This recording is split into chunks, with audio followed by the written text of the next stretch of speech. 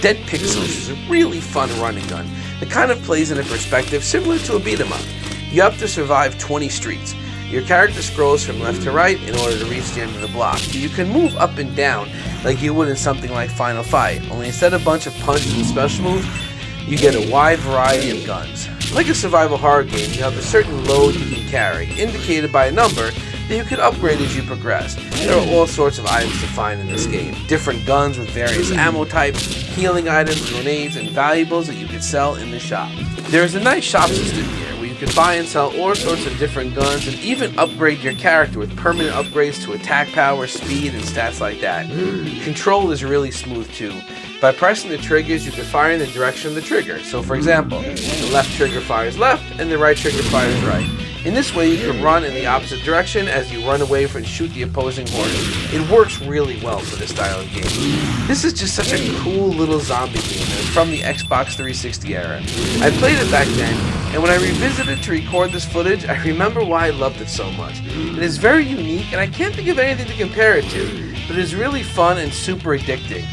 Pumpkin Jack is a really fun 3D platformer that feels like it would have been right at home on the PlayStation 2. It gives off a vibe very similar to Medieval. Levels are open, but also linear at the same time, if that makes sense. There's usually a pretty clear way to go, but there are collectibles like little crow skulls that you could find for different cosmetic upgrades. Level design is varied, but every level gives off a nice spooky vibe, and it fits right at home with the Halloween theme. I love Jack's character design. I always thought the Headless Horseman was such a cool character, and Jack takes that to the next level. You even get to ride a horse at some point. He controls really well, and platform challenges here are exactly what you'd expect from a game in this era. Lots of small jumps and rotating platforms is just the right level of challenge. I think they did a fantastic job on the world building here. The environments are fantastic, as are the characters and the campy story. There's all these little challenge sections when Jack takes off his head, and you control him to do different mini games to progress past certain parts of the level. They're a fun diversion, and it's always wacky to see his little head crawling around like a spider. Combat is probably the weakest part. You get a few different weapons, but really you can just kind of mash your way through most enemy encounters, but that's okay. You don't play games like this for the combat. It's all about the platforming and the environment, and those are both things that Pumpkin Jack absolutely excels at. Savage Halloween is a really fantastic 8-bit running gun platformer. You play as one of a few characters trying to stop a demon who wants to extend Halloween forever, as it is the only night all the ghouls get to come out and play. Gameplay is equal parts running gun as well as platforming. You have a whole host of different weapons you can use and swap between them at any time. Ammo for all of them is limited except for your standard machine gun, and I found that was ample for most of the game's challenges. There are 7 levels here with a wide variety of different themes and play mechanics. It is pretty tough, and you can expect to die as you learn the challenges, and although you have limited lives and continues, you could also restart from any level that you've made it to, so you kind of technically have unlimited continues, and will never need to restart from the beginning unless you want to. They also throw in some cool things to spice up the gameplay a little bit. You might run into a shmup stage where you're flying through the air, or driving around shooting everything in your path, and even a very turbo tunnelish stage that is thankfully not as difficult as its source material. Savage Halloween is the perfect addition to your holiday playlist. It is the kind of game that would have been right at home on a retro console, and if it came out in the early 90s, would have been on every single modern hidden gems list. Really fun action platforming that was made with retro gamers in mind and will appeal to all of us who love old school gaming. Costume Quest is a really cute turn-based RPG released in 2010. I don't play many turn-based RPGs that aren't tactical, but I played this back in the Xbox 360 arcade days and I really enjoyed it. You go around as a group of kids trick-or-treating on Halloween, making it a perfect highlight for this video. Your quest, like any group of kids, is to gather a bunch of candy and knock on every door in the neighborhood. Along the way you take on quests and fight various monsters. I always like when games like this have button prompts to keep the battles a little more engaging, like Paper Mario for example. And this game does that. You find a bunch of different costumes, and each of these costumes have different abilities and different triggers to make their attacks work. It's a really fun time and it's really cute. I always feel like this is the perfect Halloween. great game. Most of the games on this list are here because they're spooky or horror themed, but this is a game that quite literally is a group of kids collecting candy. I think it was pretty popular at the time, so maybe not as obscure as the stuff I usually cover, but with it being well over a decade old, I feel like it's been kind of forgotten, and what better time to boot it up than Halloween. Kraino Origins is a game that draws heavy inspiration from Shovel Knight, only instead of a shovel, you use a scythe. Of course, you would say, hey, didn't Spectre Knight already do that? And you'd be correct, but I just love Shovel Knight so much, and this is a really competent game that pays homage to that classic. You can see the inspiration in nearly everything this game does. You could bounce off enemies, similar to the Pogo in Shovel Knight, you could find sub-weapons and levels, and the game just feels like a spooky Shovel Knight done really well.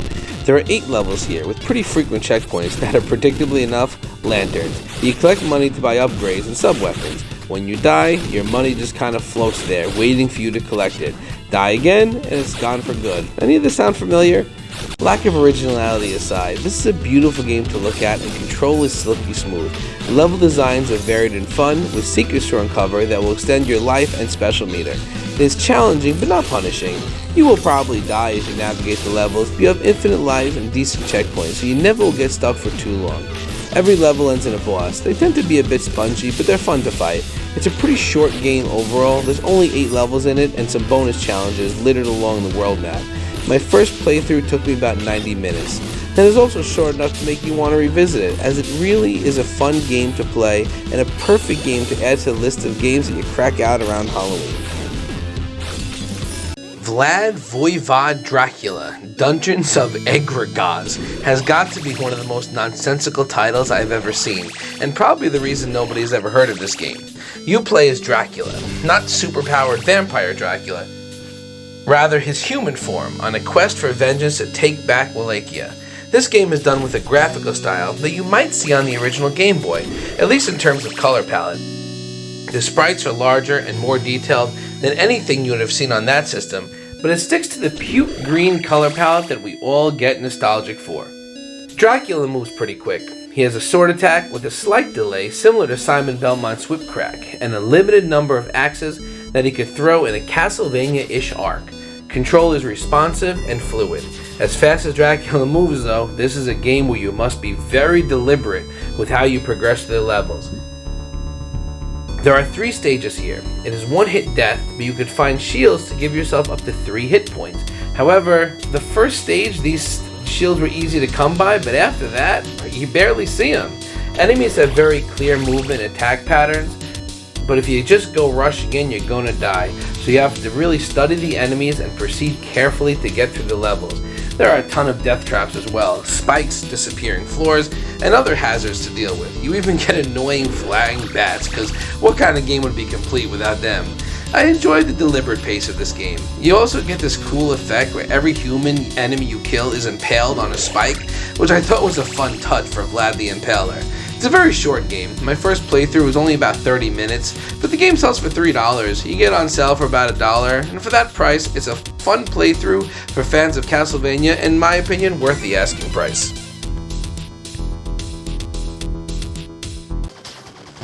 If you made it this far, thanks for watching. There are so many amazing games out there that fly under the radar.